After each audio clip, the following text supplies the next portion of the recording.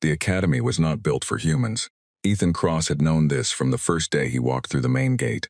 3 years ago, 17 years old, carrying a bag that was too heavy and wearing a uniform that didn't quite fit. The corridors were wide enough to drive a transport through.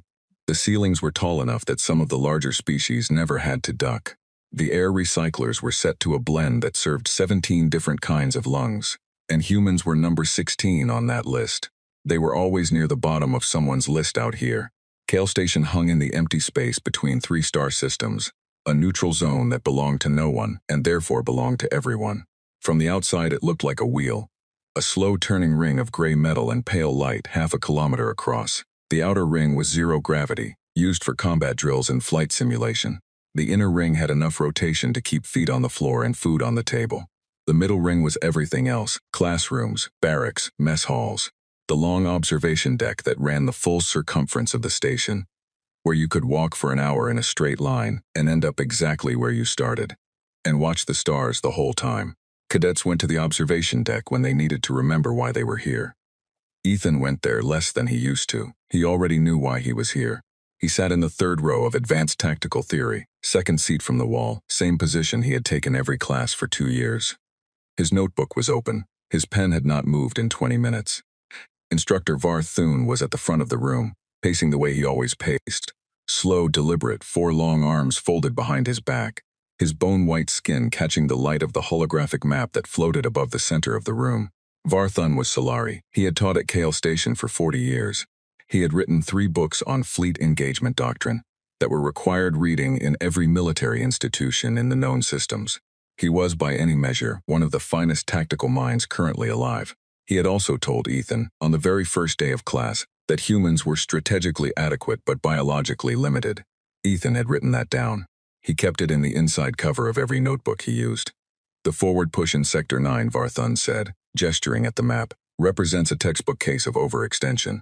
The supply corridor is single thread. One interdiction point compromises the entire advance. Any cadet who has completed the 3rd-year logistics sequence should be able to identify where that point is. A hand went up near the front of the room. Velkath. It was always Velkath. He was Krath, broad and low, scaled in gray-green with wide flat hands and eyes that caught light like polished metal. He was the highest-ranked cadet in the class, had been since the first week of their shared year, and he moved through Kale Station with the kind of easy certainty that came from never once having been told he was near the bottom of any list. Junction 12, Velkath said, the only resupply depot within operational range of the forward line. Cut it off and the advance starves within 9 standard days. Correct. Vathan nodded once, the closest thing to enthusiasm he ever showed. Junction 12, a single point of failure that the Krath planners in this scenario overlooked. Velkath absorbed the mild rebuke without flinching. He didn't look embarrassed. He looked like he was filing the information away in some internal catalog that he would review later. Ethan watched him do it and felt a complicated thing that was not quite admiration and not quite dislike. Yara nudged him from the next seat over. You're not writing anything, she said, barely moving her lips. I have it, Ethan said. You've been staring at the wall for 10 minutes. The wall has better ideas than Junction 12. She kicked his ankle. He picked up his pen and wrote, Junction 12, single thread, 9 days. Then he drew a small box around it and stared at the stars outside the classroom window instead. The mess hall at midday was loud the way a market was loud. Different kinds of noise stacked on top of each other, none of them quite matching. Solari ate in silence at their long tables along the east wall. Krath cadets ate in groups and argued about everything, loudly, as a form of social bonding. The Therian, small and winged, ate quickly and left immediately, which Ethan had always found sensible. Humans tended to cluster together. No rule required it. It had just evolved that way, the same way humans in unfamiliar places had always found each other and pulled chairs together. Dax was already at the table when Ethan and Yara arrived. Dax was always already at the table. He was from the farming settlements on Borisov Foiv, which explained both his size. Large enough that the Krath cadets had initially tried to recruit him for their combat team before someone explained the species situation, and his complete inability to sit through the diplomacy module without disrupting it. He had failed that module 3 times. The academy kept passing him on everything else because his combat scores were, according to the head of the physical training division, statistically implausible. Var Thune give you the look? Dax asked, not looking up from his food. He gives me the look every day, Ethan said. Which look specifically? Yara asked, sitting down. The one that says he isn't sure why I'm here, Ethan said. He gives that look to most of us, Yara said. She wasn't bitter about it. She was never bitter about things like that. She had explained to Ethan once, early in their first year, that being underestimated was a resource if you knew how to use it. She had been 13 years old when her family's colony ship suffered a catastrophic navigation failure, and she had manually recalculated the return trajectory with a pad and a textbook. She had been doing something with underestimation ever since. Humans have been in the wider systems for 60 years, she said, pushing food around her tray. And we're still the new species. The ones who stumbled in loud and haven't quite settled. Most of them are still deciding what to make of us. We stumbled in very loud, Dax agreed. We did. Ethan looked across the mess hall at the Krath tables. Velkath was eating with a group of his classmates, talking in low clicks and tones that the translator in Ethan's ear rendered as fragmented syllables. The Krath dialect was still only partially mapped. As Ethan watched, Velkath glanced up and met his eyes across the room. Neither of them looked away for a moment. Then Velkath turned back to his table, and Ethan picked up his fork. Weapons qualification in the afternoon, the outer ring. 1/3 gravity. The instructors liked the low gravity range for qualification exercises. They said it leveled the field, removed the raw physical advantages of the larger species, and forced everyone to rely on form and technique. What it actually did, Ethan had decided, was give humans a quiet edge. The Krath were built for gravity. The Therian were built for zero-G. Humans were built for adaptation, which meant 1/3 gravity was just a problem to solve, and humans were, as a species, very good at solving problems. He shot a 91. Velkath shot a 96. The scores went up on the board, and Velkath looked at Ethan's number, then at Ethan. Your stance is wrong, he said. It wasn't an insult. He said it the way he said most things, as an observation that he expected to be acknowledged. I know, Ethan said. It should not produce those results, and yet. Something moved behind Velkath's mirror eyes. A consideration. He looked at Ethan's feet, at his shoulder position, at the angle of his arms. Ethan could see him working through it, trying to find the logic in a form that had no logic, that had been built out of 3 years of trial and error and a refusal to shoot the way he'd been taught. I'll figure it out, Velkath said. Not a threat, a statement. I know you will, Ethan said. I'll have something else by then. Velkath left without answering. Dax appeared at Ethan's shoulder the way he always appeared, from a slightly wrong direction, as if he had been standing behind something. He's going to be up all night with that, Dax said. Good, Ethan said. He should see what it looks like when someone refuses to do things the right way. In the evening, there was a mandatory briefing. All cadets, main common room. Senior staff on the screens. Mandatory all cadets briefings happen 4 times a year, 2 scheduled, 2 not. This was not a scheduled one. The common room filled up fast. Ethan found a spot against the back wall. Yara beside him, Dax somewhere in the crowd near the front. The senior staff appeared on screen. 4 faces, 3 species, all wearing expressions that had been carefully arranged to say nothing at all. The briefing was short. A patrol vessel assigned to the outer boundary had lost contact 2 days ago. The academy was being informed as a matter of standard protocol. An investigation was underway. All training schedules would continue without change. Cadets were reminded to avoid spreading unverified information through unofficial channels. The briefing ended. For 3 full seconds, the common room was silent. Then everyone started talking at once. Ethan did not. He stood against the wall and watched the room. Yara stood beside him and did the same. Up near the front, he could see Velkath, perfectly still in the middle of the noise, also watching. Their eyes met briefly across the room. The Krath cadet's expression had changed, slightly. The certainty was still there, the flat solidity of a person who had been top-ranked since his first week. But there was something else underneath it now. Something careful. Communications failure, Yara said very quietly. That's what they said, Ethan said. Patrol vessels don't go dark from communications failures. No, she was quiet for a moment. Around them, the noise of the common room churned.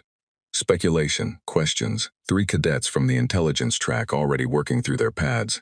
2 Krath cadets in what sounded like a heated disagreement. Normal noise, just faster, higher pitched. There was a cadet on navigation track, Yara said, Petra, 2 years behind us. She told me relay traffic has been up for 3 days. Encrypted volume, she said, higher than normal. Ethan looked at her. She checked. She asked the communications crew directly. Yara almost smiled. She has that kind of face. Ethan thought about 3 days of increased encrypted traffic. He thought about the senior staff's carefully arranged expressions. He thought about the briefing that was exactly 2 minutes long and contained precisely no information. He thought about a patrol vessel that went dark near the outer boundary.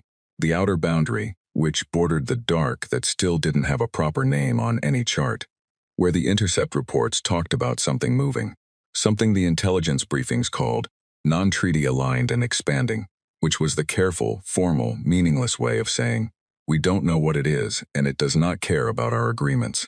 The Veld, that was the name passing through the unofficial channels. Nobody had confirmed it, nobody had denied it either. The calm is ending, Ethan said. Yara looked at him. She pulled her arms across her chest, a small movement self-contained. She had a way of going very still when she was thinking, like the processing happened somewhere deep and private, and the outside of her just waited. Maybe, she said. Or maybe it's a communications failure. You don't believe that? No, she said. I don't. On the screens, the Academy's daily schedule had replaced the senior staff tomorrow's timetable scrolling through in calm blue text. Advanced Tactical Theory, 0800. Weapons Qualification, 1100. Navigation Practical, 1400. Flight Simulation Block B, 1600. All of it normal, all of it scheduled, all of it pretending that nothing had shifted. Dax found them eventually, coming through the crowd with his tray still in his hand from dinner, which he had apparently brought with him to the briefing, and continued eating throughout. So, he said. So, Ethan said. Patrol vessel. Yes. Dax ate a bite of something and considered this. Think it's the thing from the outer boundary? Probably. Huh. He ate another bite. Well, we've been training for something. It was the most Dax had ever said about the future. Ethan looked at him and recognized, underneath the flat delivery, a kind of readiness that had nothing to do with certainty. It was the readiness of someone who had been waiting without knowing he was waiting, and who had just felt the shape of what he had been waiting for. We should sleep, Yara said. Both of you. Now while we still can. She was right. She was almost always right. Ethan went to bed. He lay in the dark of the barracks and listened to the low hum of the station turning. That constant low vibration that lived in the walls and the floors, and that you stopped noticing after the first week, but which never actually stopped. He thought about the outer dark, about something moving out there without a proper name. He thought about being 19 years old and trained for 3 years for a thing that might finally be arriving. He was not afraid. He examined that fact the way Velkath had examined his shooting stance, carefully looking for the logic in something that had no logic. And he decided, just before he fell asleep, that the absence of fear was probably not courage. It was probably just the particular human problem of not being able to imagine far enough ahead. He was asleep in 4 minutes. Outside, Kale Station turned in the dark. The stars held their positions. The outer boundary sat quiet at the edge of the map systems. The patrol vessel did not respond to any further signals. The calm held. For now. 3 days after the briefing, the Academy announced a full combat simulation exercise. This was not unusual on its own. Grand simulations happened twice a year. Large-scale tactical exercises that pulled all 3rd and 4th year cadets out of regular classes for a full standard week and threw them into a running scenario designed to test everything at once. Command decisions, resource management, combat response, cooperation under stress. What was unusual was the timing. The last grand simulation had been 4 months ago. The next scheduled one was not for another 3. 2 simulations in 7 months had not happened in the Academy's recorded history. Ethan heard about it at breakfast from Petra, the navigation cadet, who had somehow found out before the official announcement went out. He looked at Yara across the table. She was already reading the preliminary briefing documents on her pad. They moved it up, she said. I can see that, Ethan said. They're not calling it a drill, she said. The official language calls it an operational readiness assessment. Dax was eating. What's the difference? A drill teaches you something, Yara said. An assessment finds out if you already know it. Dax processed this.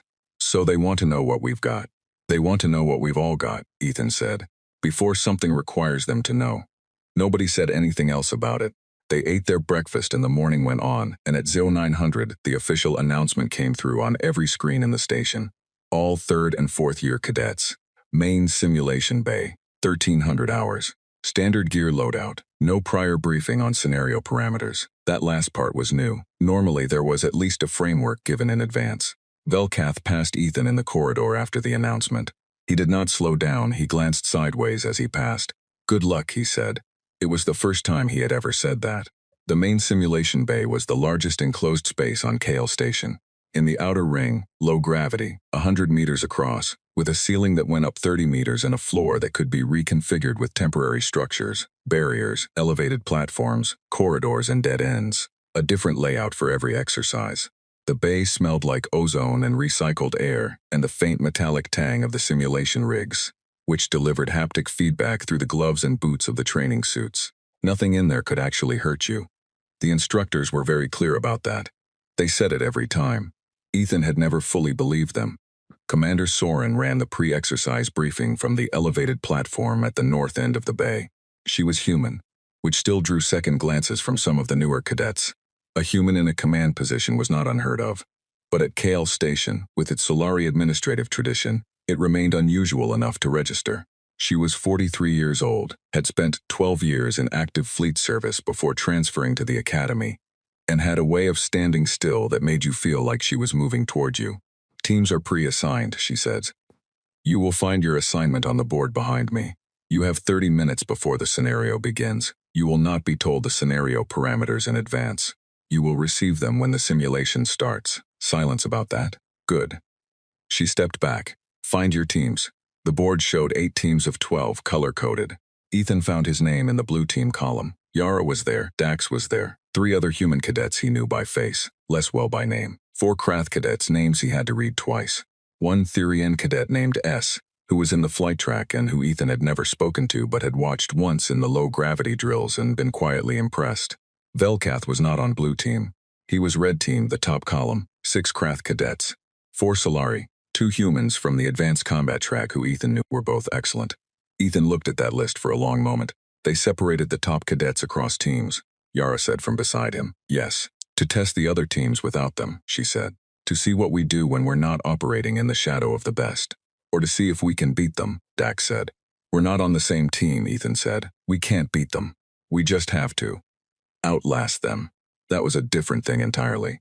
The scenario when it began was simple in its statement and brutal in its execution. 8 teams.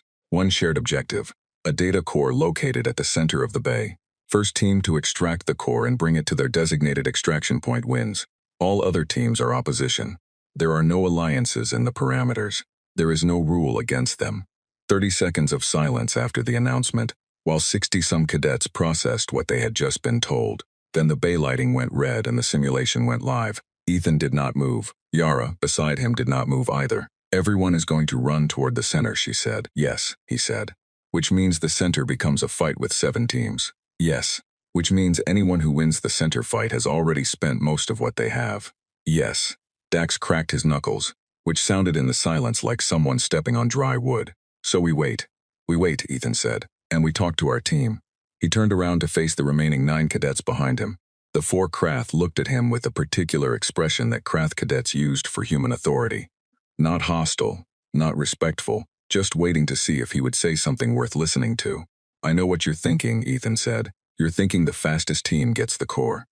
One of the Krath, a 3rd year named Var Hess, crossed his arms. That is generally how acquisition scenarios work. Yes, Ethan said, so let the other 6 teams go get it. Silence. We hold our position for 8 minutes, Ethan said. Let them hit each other. Let the numbers thin. Then we move, not to the center, but to the extraction points. We don't need to carry the core all the way across the bay. We need to control the path between the core and the nearest extraction point. Whoever takes the core from the center fight will be exhausted and down in numbers. We hit them at the point of maximum vulnerability. Varhes stared at him. That is not how you win this scenario. It's exactly how we win it, Yara said from beside Ethan. Her voice was quiet and flat and completely certain. Unless you'd like to run in with the other 6 teams and see how that goes. Another silence. Fine, said Varhes. 8 minutes. They heard the center fight before they saw it. The simulation rigs delivered sound as well as haptic feedback, and the sound from the middle of the bay was considerable. Shouted commands in 4 languages. The sharp crack of the training weapons registering hits. The particular grunt and thump of close-quarters engagement. Ethan counted. At 6 minutes the noise dropped sharply. 3 teams already eliminated or scattered. At 7 minutes, a team came sprinting out of the center smoke. Red team, Velkath at the front, the data core in the hands of a Krath cadet named Vardesh, who was one of the better physical cadets in the year. They were down 4 members, moving fast but moving tired. At 7 minutes and 40 seconds, blue team moved. They did not run. Ethan had them walking, fast controlled, covering angles. The Therian cadet S flying low and fast along the ceiling, where she had a sight line that no one else did. Yara had the team positions mapped on a handheld relay display.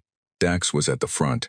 Red Team saw them at the same moment Velkath realized what had happened. The Krath leader's mirror eyes found Ethan across 30 meters of simulated battlefield, and in that moment Ethan saw it, the recognition, not surprise, something more precise than surprise.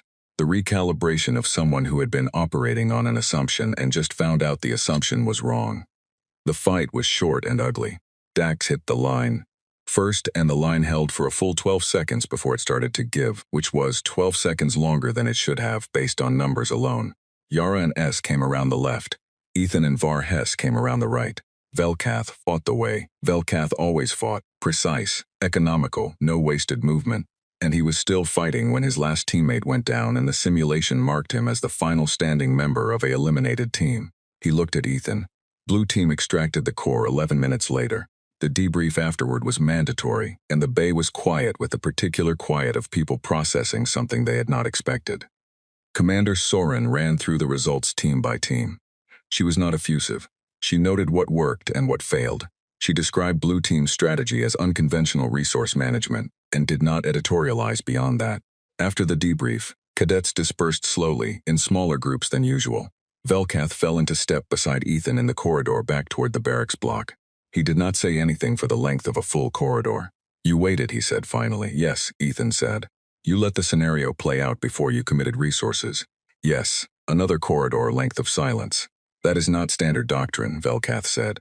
"No. It is not in any of the strategy texts." "No. Then where does it come from?" Ethan thought about it. He thought about humanity's 60 years in the wider systems. He thought about the centuries before that. The long human history of arriving in places with less than everyone else and figuring out how to make it work anyway. The history of people who had to wait because they couldn't afford to go first. "Experience," he said. Velkath absorbed this. He walked another corridor in silence. "The wrong stance," he said. "Yes," Ethan said. "The one that should not work. That one." They had reached the junction between the barracks corridors. Krath block to the left, human block to the right. Velkath stopped at the junction. "I have been at this academy for 4 years," he said. "I have been first rank since the first week of my first year. I've studied every strategy text on the approved list and several that are not. I have never once been eliminated in a simulation by a team I had already identified as lower ranked." Ethan waited. "I was operating on an assumption," Kit said. "We know," Ethan said. Velkath looked at him. Something in those mirror eyes was different than it had been in the mess hall 3 days ago. Not less certain. Velkath was not capable of being less certain. It seemed to be a built-in feature, but certain about different things. "You are more dangerous than you appear," Velkath said. "All of us are," Ethan said. Not as a threat, as a statement of fact delivered simply, the way Velkath himself said most things. The Krath cadet held his gaze for one more moment. Then he turned and walked toward the Krath block. Dax appeared from around a corner, where he had apparently been standing close enough to hear all of it. "Did you just make a friend?" he asked. "I have no idea what I just made," Ethan said. They walked back toward the barracks. Behind them, somewhere in the station's outer ring, the simulation bay was being reconfigured again. Different layout, different parameters. The staff working through the night to be ready for something. Getting ready. The way the whole station, Ethan now realized, was quietly getting ready. He just wasn't sure for exactly what. The second patrol vessel went dark on a Tuesday. Nobody announced it. There was no briefing this time. No senior staff on the screens. No careful language about communications failures pending investigation. The information moved the way information at Kale Station always moved when the administration decided not to share it. Through the maintenance crews. Through the communications team. Through Petra, who had that kind of face. And then through everyone else in the span of about 4 hours.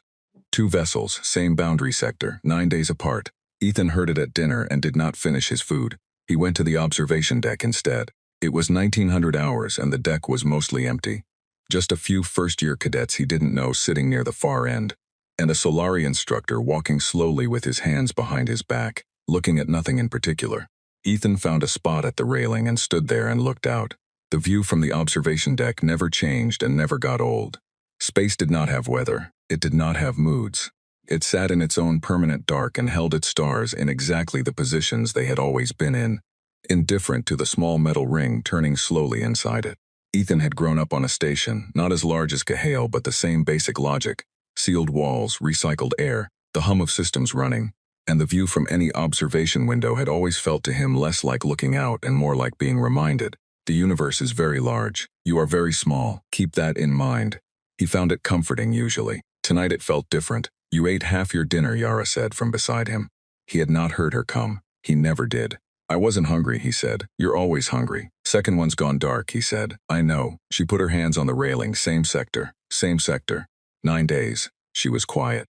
Below them, through the inner ring's transparent low floor panels, you could see the academy's lower corridors. Tiny moving figures, cadets and staff, the whole small contained world of Kale Station going about its evening. It looked very normal. It looked exactly the way it had looked every evening for 3 years. My brother is on the Varant, Yara said. Ethan looked at her. Survey vessel, she said, outer systems. He signed on 8 months ago. She was looking at the stars. Her hands were flat on the railing, not gripping it. He sends messages when the relay window is open. Last one was 12 days ago. The relay windows are irregular out there, Ethan said carefully. Yes, she said, they are. He did not say anything else. She did not want comfort right now. She wanted to say it out loud, say it into the air, which was a different thing from wanting comfort. He understood that. He stood beside her and let the silence do what silence was for. After a while, she straightened up. What do you know about the Veld? She asked. Only what's in the intercept briefings, he said. Which isn't much. Tell me what isn't much. Ethan leaned on the railing. First contact record goes back 14 years. Solari survey team, outer boundary, sector not currently mapped. They sent back a partial report before the signal cut out. 3 fragments. First one described ships, described them as large, dark, no running lights, no signal output. Second fragment described an engagement attempt. Third fragment was just noise. He paused. That was the last Solari survey pushed to that sector. Yara absorbed this. And in 14 years. In 14 years, 12 separate vessels from 4 different species have gone dark in boundary sectors that border the same general region. Not all in one burst.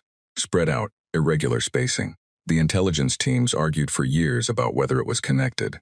And now 2 of ours have gone dark 9 days apart and they're not arguing anymore. She nodded slowly. She had probably already known most of this. She had asked to hear him say it out loud, which told him she was working through something. They're testing the boundary, she said. That's what it looks like. And we're sitting here doing weapons qualification and tactical theory. We're sitting here getting assessed, Ethan said. There's a difference. She looked at him. They moved up the simulation, he said. They changed the language. They've had the communications crew on double shifts. They're not doing nothing, Yara. They're doing it quietly, which is its own kind of information. She thought about this. They don't want panic. They want to know what we have first. She turned back to the stars. Somewhere out there, past the edge of the mapped systems, past the last survey markers and the relay beacons and all the small signs that said people have been here, the dark just went on, nameless, uncharted, and something in it was moving. My brother's fine, she said, not to Ethan, to herself. Yes, Ethan said. She nodded once. I'm going to bed. She left the way she arrived, without sound. Ethan stayed at the railing a little longer. The name came up 2 days later, in a conversation he wasn't supposed to hear. He was in the equipment storage room off the main training corridor, replacing a worn strap on his simulation harness, when 2 instructors stopped in the corridor outside. He recognized the voices Varthun and a Solari tactical officer named Sen who ran the advanced flight track. They were speaking in standard, which the Solari instructors only did in mixed company, or when they didn't expect to be overheard. Ethan went still. Can't keep the cadets in the dark indefinitely, Sen said. The second loss will be confirmed by the end of the week. There's nothing to manage after that. The council has not made an official determination, Varthun said. The council is taking their time because once they make it official, the response protocols activate. A pause. And the response protocols include authorization for the Black Ship program. Ethan's hand stopped moving on the harness strap. That has not been confirmed operational, Varthun said. It was confirmed operational 7 months ago, Sen said. I was at the briefing. You were at the briefing. His voice was flat. They've been running her dark and quiet since then, which is not the same as not operational. When the authorization comes, she goes. And if she goes, then the Veld will know exactly what kind of species they've been testing. The footsteps moved away down the corridor. The voices faded. Ethan sat in the equipment room for a long moment. He finished fixing the harness strap. He folded it carefully and put it back on the rack. Then he went and found Dax, who was in the common room. And he sat down beside him and he said very quietly, "Have you heard of something called the Black Ship?" Dax looked at him sideways. "Where'd you hear that?" "Have you heard of it?" Dax leaned back. He was quiet for an unusual amount of time, which meant he was deciding something. My cousin, he said finally. She's in the fleet. Engineering track. She mentioned it once about a year ago. Said she'd been reassigned to something she couldn't talk about. Something big. Said the construction team called it the blackest ship because it had no running light, because it transponder signal, no registry markings, no record anywhere. It didn't officially exist. He looked at Ethan. She seemed proud and scared at the same time. What is it? She couldn't say or wouldn't. Dax rubbed the back of his neck. She said, and this is the one thing she told me. She said if you ever saw it coming, you'd know why they built it without a name. Ethan thought about the Solari survey team's first contact record. Large, dark, no running lights, no signal output. He thought about the kind of species that looked at something like that and decided to build one back. We made something that looks like theirs, he said. Sounds that way, Dax said, to show them we could. Dax picked up his mug and drank from it.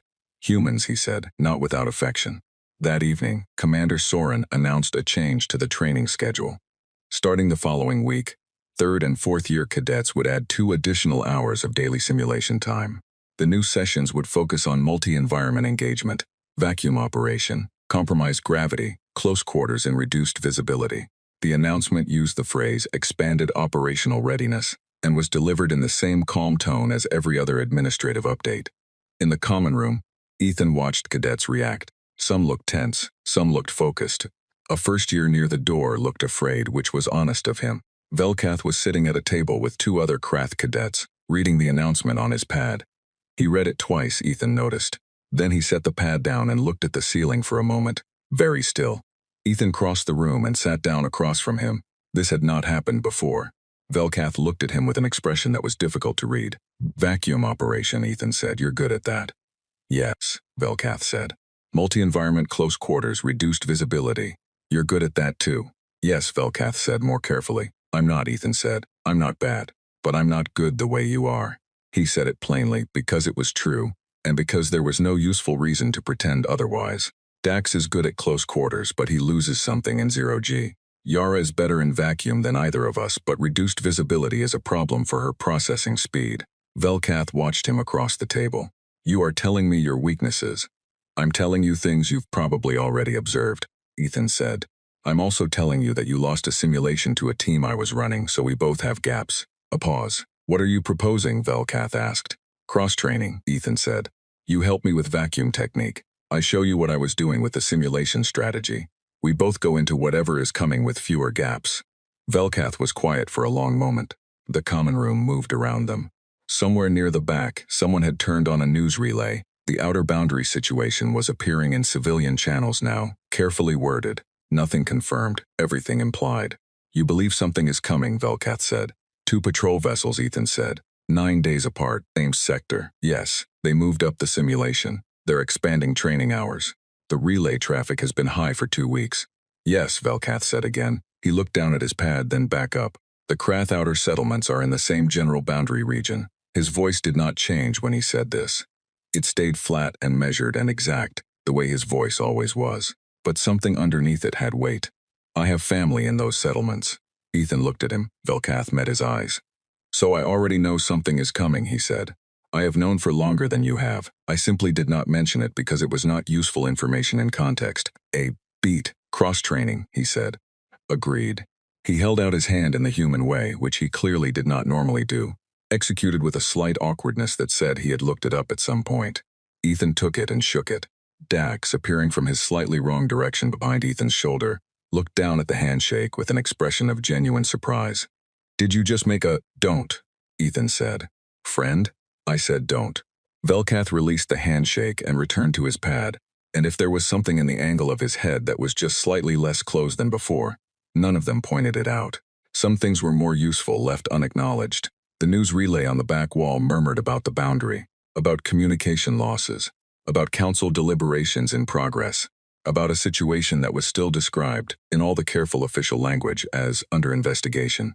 Ethan looked at the stars through the common room window. Same stars, same dark, same positions they had always been in. Something was out there in it, and somewhere out there in it, dark and quiet, and without a name on any registry, something human was already moving toward it. The calm held, for now. The cross-training started on a Wednesday, and by Friday, Ethan had a bruised shoulder, a new understanding of vacuum movement geometry, and a slowly growing suspicion that Velkath had been going easy on everyone else his entire time at the academy. The Krath cadet did not teach the way the instructors taught. He did not explain things in sequence, building from principle to application. He demonstrated once, fast and exact, and then expected you to do it. If you failed, he demonstrated again, slightly slower, and watched you with those mirror eyes until you found the part where your body disagreed with physics and fixed it. It was unpleasant, and it worked. You're dropping your left side when you push off a surface in low gravity, Velkath said. In the outer ring on the second day, watching Ethan cross 30 meters of near-zero space toward a training post. Your right side arrives first. In vacuum combat, that is a half-second window that a trained opponent will use. I know, Ethan said. Then fix it. I'm trying. Trying and fixing are different things. Yara, watching from the observation rail, said nothing. She had the particular expression she wore when she thought something was funny, but had decided not to say so. Ethan pushed off again. He concentrated on the left side. He arrived at the training post with both sides at roughly the same moment and grabbed the post and looked back at Velkath. Velkath tilted his head a fraction. That was as much approval as he gave. By the following Monday, Ethan's time across the standard vacuum course had dropped by 4 seconds. Velkath had, in exchange, spent 3 sessions working through the simulation strategy with Ethan, the patience mechanics, the resource calculation, the particular human habit of letting a situation develop before committing. He had absorbed it the way he absorbed everything, with complete focused attention and no visible emotional response. And then on the 4th session, he had run the simulation 3 times and won all 3, using variations on the strategy that had not occurred to Ethan. You're faster than I am at this, Ethan had said, after the 3rd win. You invented it, Velkath had said. I am only using it correctly. Ethan had not known what to do with that, so he had written it in his notebook. The incident happened on a Thursday 17 days after the 2nd patrol vessel went dark. It was 0340 in the station's night cycle. Ethan was asleep. The barracks were quiet, the particular deep quiet of a place where everyone around you is also unconscious. That low collective stillness that you only notice when it stops. It stopped. The alarm was not the standard drill tone. Every cadet at KL Station knew the drill tone. 3 short pulses repeated, the sound of a scheduled inconvenience. This was different. 1 long tone, continuous, rising slightly in pitch. Ethan had heard it exactly once before, in orientation week, when the instructor had played it on a recording and said, "This means the station itself is the emergency. This means you move now and you ask questions after." He was on his feet before the tone finished its first second. The barracks lights came up red. Around him, 8 other cadets were doing what he was doing. Moving without full consciousness, boots going on. Emergency kit grabbed from the shelf above the bunk. Bodies already halfway to the door before the brain fully caught up. Ethan was in the corridor in 30 seconds. The corridor was already filling, red lighting, the low alarm continuing its single climbing note. Cadets from the adjacent blocks coming out of doorways, some of them still pulling on jackets. He found Yara at the junction between corridors, already oriented, already looking in the right direction. "Outer ring," she said. "What happened? I don't know. The alert pattern matches a hull integrity event." Dax appeared. He was fully dressed, which meant either he had been awake already or he slept dressed, which was, on reflection, possible. "Hull event?" Dax said. "That's what the pattern suggests," Yara said. "Something hit us," Dax said, not a question. The corridor intercom crackled. Commander Soren's voice came through, steady and without hurry, which was its own kind of signal. A calm voice in an emergency meant the person using it was working very hard to keep things from getting worse. "All cadets, report to emergency stations by block assignment. Outer ring is under restricted access. Damage control teams, report to Junction 7. This is not a drill. This is not a drill." Ethan had heard that phrase in training contexts 100 times. Instructors used it for emphasis. Cadets used it, ironically. Hearing it come through the intercom in a red-lit corridor at 0340 with the alarm still running made it mean something entirely different. "Emergency station," he said. "Come on." Blue Block's emergency station was a reinforced room off the inner ring's main corridor, designed to hold 60 cadets in magnetic seats with full harness locks in case of gravity failure. When Ethan arrived, it was already half full. He found his seat, locked in, looked around. Velkath was across the room, already locked in. He caught Ethan's eye and held it for a moment. His expression said, "I know as much as you do, which is nothing which I do not like." Ethan nodded. The next 40 minutes were the most difficult kind of waiting, the kind where your body had prepared for action, and the action had not arrived. and the alarm was still running, and the lights were still red. And the intercom gave 2 more brief updates that contained exactly no new information. Ethan counted cadets, 61 in the room, 2 missing from his block. He checked the sheet on the wall, both from the outer ring barracks. His stomach did something. Then Commander Soren's voice came back. All cadets, stand by. The situation is contained. We are going to brief you in full. Remain in emergency stations. The alarm stopped. The silence after it was enormous. The brief came 20 minutes later. Soren walked into the emergency station herself rather than using the intercom, which told Ethan immediately that what she had to say was not something she wanted traveling through the station's sound system. She stood at the front of the room, and she looked at them, and she did not soften it. At 0320 this morning, a Veld probe entered the outer boundary of Kale Station's proximity zone. It was identified by the long-range sensor array at 0318. It made 1 pass at the outer ring sensor cluster and impacted the outer hull at junction 9 at 0327. 2 members of the night shift maintenance crew sustained injuries. Both are in the medical bay. Both are expected to recover. The room was very still. The probe was approximately 1 meter across. It was not a weapon in the conventional sense. It was a mapping device. It was transmitting on a tight band signal during its approach, cataloging the station's exterior. We destroyed it on impact. The signal it sent before impact has been captured and analyzed. It was transmitting our exact position, our hull layout, and our sensor array configuration. She let that sit for a moment. The Veld now know where we are and what our exterior looks like. This was intentional. This was a message. She paused. The Galactic Council has been notified. A formal response determination is expected within 72 hours. Ethan stared at the floor. A mapping probe, 1 meter across. It had flown to them, cataloged them, and sent the information home before dying against their hull. It had not tried to hurt them. It had just looked at them, carefully and completely, and told someone else everything it found. That was patient. That was deliberate. That was the behavior of something that was not in a hurry because it did not need to be. Are there questions? Soren asked. A Therian cadet near the back said, very quietly. The 2 crew members who were hurt, what were their names? Soren looked at her. Cadet 10 and Specialist Var-Ul, both will recover. That matters, she said it without decoration, just, that matters. Any other questions? Velkath raised his hand. The probe's approach vector. Was it from the boundary sector where the patrol vessels were lost? Yes, Soren said. Velkath lowered his hand. After the emergency stations released, most cadets went back to the barracks. It was 0500, and there were 2.5 hours until the first class of the day, and no one was going to sleep, but the instinct was to return to a known space and be there. Ethan did not go back.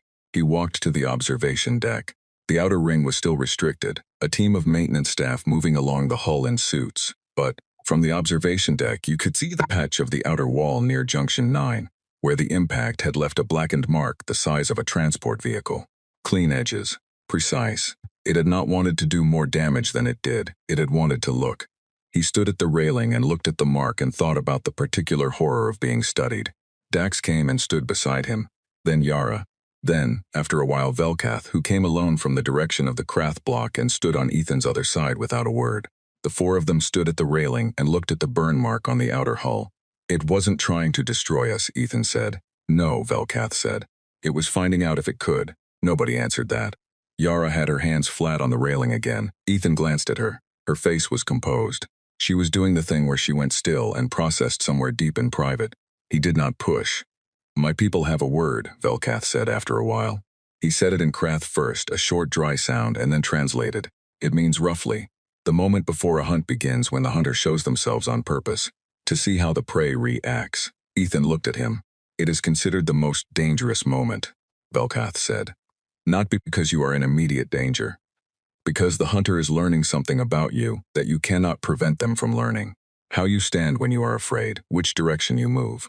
Whether you scatter or hold. Silence. Did we hold? Dax asked. Ethan looked around the deck. The maintenance crew on the hull, working in the dark with calm efficiency, fixing the mark. The emergency station that had filled in under 3 minutes. Soren's voice, steady, in a red-lit corridor at 0340. Velkath raising his hand in a briefing to ask the exact right tactical question. 2 crew members in the medical bay expected to recover, and a cadet who had asked their names.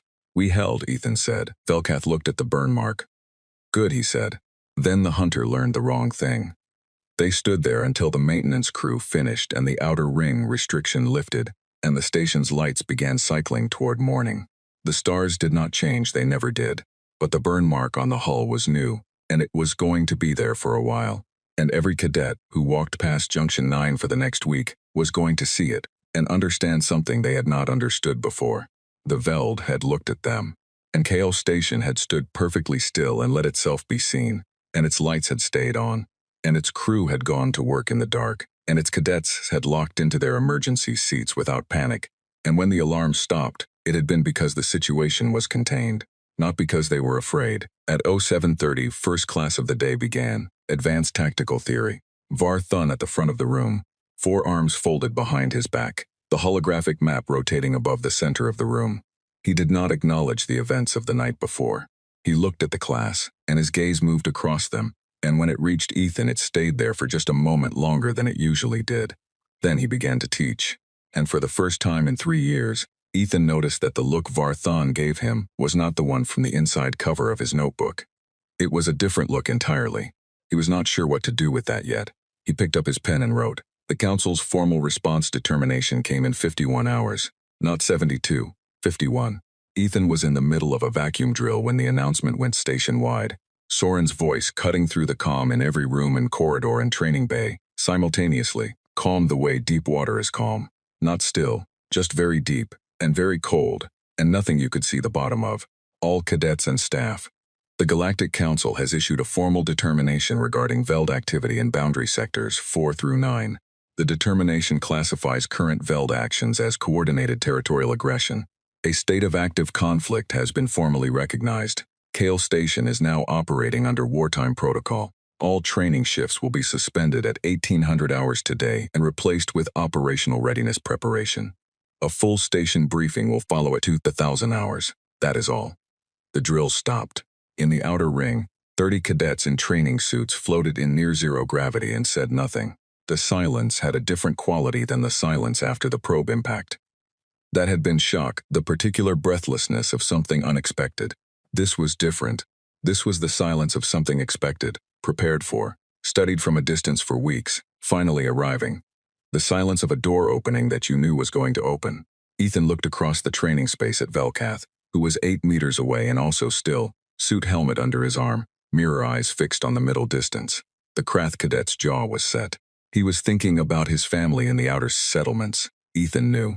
The same way Ethan was thinking about Yara's brother, on the Varant survey vessel. The same way Dax was probably thinking about his cousin, in the Fleet Engineering Division, the one who had been reassigned to something big that she couldn't talk about. The Therian cadet, drifted slowly down from the ceiling where she had been running the Highline approach drill. She landed without sound, and stood very straight and looked at Ethan, because she had learned in the past 3 weeks of cross-training that when things were unclear, looking at Ethan was a reasonable starting position. He did not have anything to say yet. He pushed off the wall and floated toward the exit hatch. "Drill's over," he said. "Let's go." The station felt different by afternoon. It was not louder. It was not more frantic. If anything, it was quieter than normal. The kind of quiet that happens when people stop making the small, unnecessary noises that fill ordinary time. The conversations about nothing. The laughter in corridors. The sounds of people at ease. All of that was still there, but underneath it was a new layer of quiet. A stillness that had moved in and was taking up space. Ethan sat in the mess hall with Yara and Dax and ate his lunch without tasting it. Yara had her pad on the table but was not reading it. She was looking at the far wall with the expression that meant she was far away. "Have you heard from your brother?" Ethan asked. "Not yet," she said. "The relay windows are." "I know," she said. "I know they're irregular." A pause. "I know." He let it go. Dax was eating at normal pace, which said either he was very calm or he had decided to be practical about the things he could control, which for Dax had always meant eating when food was available. He had grown up on Boreas Afoy, where supply ships ran on unpredictable schedules, and you learned early to eat what was in front of you, because you did not know what was coming. "My cousin," Dax said without looking up from his tray. Ethan looked at him. "She's been dark for 3 weeks, Dax said. No messages. The Fleet Engineering channel she used to post in just stopped." He ate another bite. "I think she's already out there." "On the black ship?" Ethan said quietly. "I think so." Yara looked up from the far wall. Her eyes moved to Dax. Something passed across her face, the particular expression of someone recalculating how close the abstract already is. "Then it's already moving," she said. "Been moving," Dax said. 7 months, Sen said. "Operating dark." He set down his fork. She'll be fine. She's the most capable person I've ever known. She makes me look clumsy. He said it completely seriously. The idea of Dax looking clumsy next to someone was difficult to imagine. Nobody addressed it. The 2,000 hours briefing was held in the main assembly hall, which fit the entire station population. Staff, cadets, maintenance crews, administrative personnel, all of them together in one room for the first time in the 3 years Ethan had been at Kale Station. The room was designed for it. Tiered seating rising from a central floor where the senior staff stood. Commander Soren stood at the center. She looked the same as she always looked. Same posture, same stillness, but she had changed into her full dress uniform, the one with the service stripes on the sleeve, which she never normally wore, and the effect of it was not ceremonial. It was a statement. She was telling them, with the choice of what she was wearing, that this was real, and she was treating it as real, and they should too. I am going to be direct with you, she said, because you have earned that, and because there is no longer any purpose in careful language. The hall was absolutely silent. The Veld have been testing our boundaries for 14 years. We have lost 14 vessels across 4 species. We have lost 2 of our own in the past 3 weeks. The probe that struck our hull 4 days ago was the final element of what our intelligence teams now believe was a systematic assessment of this station and its capabilities. They now know our position, our sensor layout, our hull configuration, and our response time. She paused. They have decided we are worth engaging. A sound moved through the hall. Not panic. Something lower than panic. A collective intake. I am also going to tell you what they do not know, Soren said. Her voice did not rise. It got quieter, which pulled the room toward her. They do not know what we have spent the last 7 months building. They do not know that we watched them watch us, and we were not idle. They do not know the name of what is coming toward them right now from the dark side of the outer boundary. Because what is coming has no name. It has no transponder. It has no running lights. It has no record in any registry in any system. She looked at the room. It does not officially exist. The silence now was different. It was the silence of understanding arriving. Ethan looked around the hall. Solari faces, Krath faces, Therian cadets in their back row cluster, and he watched the information land differently on each one. The Solari, with their 40-year tactical tradition, going still and calculating. The Krath, reading between the lines, scales shifting in the particular way that meant something between appreciation and unease. Velkath, 2 rows below Ethan, had his eyes on Soren. His hands were very still on his knees. Humanity's contribution to this response, Soren continued, is 1 vessel. 1. We did not build a fleet. We did not build a formation. We built one thing, and we built it to be the answer to every question the Veld asked when they looked at us. A beat. We are a young species out here. 60 years. We are still number 16 on most people's lists. But we have a very old habit of responding to threats in ways that are difficult to predict, difficult to understand, and very difficult to survive. She let that sentence stand on its own. Effective 0600 tomorrow, Kale Station moves to full wartime operations. All 4th-year cadets will receive accelerated completion assessment starting at 0800. Those who pass will receive field commissions within 48 hours. You will be assigned to active fleet positions. She looked at the 4th-year section of the hall. All of you have been training for something. That something has arrived. I am not going to tell you. I am not asking a great deal of you. I am going to tell you that you are ready, because I have watched you every day for years and I know that you are. She was quiet for a moment. Get some sleep, she said. 0600 comes early. She stepped back. The briefing was over. Nobody went to sleep. The common room filled. The observation deck filled. The corridors filled with small groups standing close and talking in low voices. The kind of conversations that people have when they are burning through the last hours of something and they know it, and they want the burning to be intentional. Ethan went to the observation deck. He stood at the railing and looked out and thought about the morning, the assessment, the commission, the fleet assignment, the thing that waited on the other side of all of it. He was 19 years old. He had wanted this in the abstract way you want things that feel large and distant. Now it was not abstract. Now it was 0600, which was 8 hours away. Velkath came and stood beside him. He did not say anything for a long time. They stood at the railing together the way Ethan and Yara had stood 3 weeks ago, before the probe, before the second vessel, before all of it, when the calm was still mostly intact. My family is in Settlement 3, Velkath said, Outer Cluster, Boundary Sector 6. Ethan listened. My father runs a mineral survey operation. My mother teaches at the settlement school. I have 2 younger sisters. He said it plainly. They have been told to shelter in place pending resolution of the boundary situation. They do not know yet that the boundary situation now has an official name. I'm sorry, Ethan said. Do not be sorry, Velkath said. Not harshly. He meant it practically. Be effective. Ethan nodded. Velkath looked out at the stars. I have spent 4 years at this academy, he said. And I believed, for most of those years, that I understood the full range of what I was dealing with. Every species, every capability, every documented approach to conflict and strategy and response. He paused. I had categorized humanity as a footnote. New noisy, adequate, interesting in small ways but not significant in large ones. He was quiet for a moment. I was wrong, he said. Ethan said nothing. You build things that do not officially exist, Velkath said. You wait when everything says run. You use a wrong stance and make it work. You share your weaknesses openly and turn that into an advantage. You lose your first 40 years in the wider systems getting things wrong, and then you spend the next 20 getting very, very quiet. He looked at Ethan. The Veld looked at this station and saw number 16 on a list. They saw the new species, the ones still finding their place. Yes, Ethan said. They made the same mistake I made, Velkath said. The words sat between them, the observation deck railing cold under Ethan's hands, the stars outside completely unchanged.